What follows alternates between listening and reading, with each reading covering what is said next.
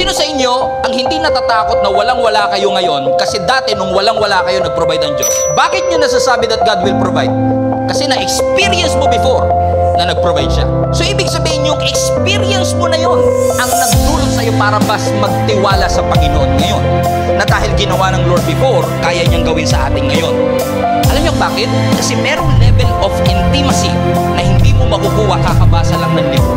May level of intimacy kay Lord na hindi mo makukuha dahil lang in-underline mo yung verse. May level of intimacy na hindi mo makukuha dahil nakinig ka sa preaching ni Pastor. Na makukuha mo lang yung level of intimacy na yun kapag nakaranas ka ng hirap at tinulungan ka ng Lord makalagpas. Ibig sabihin na experience mo mismo na nag-provide siya. So ibig sabihin, when you testify right now that God provides, sinasabi mo siya hindi by theory, by experience.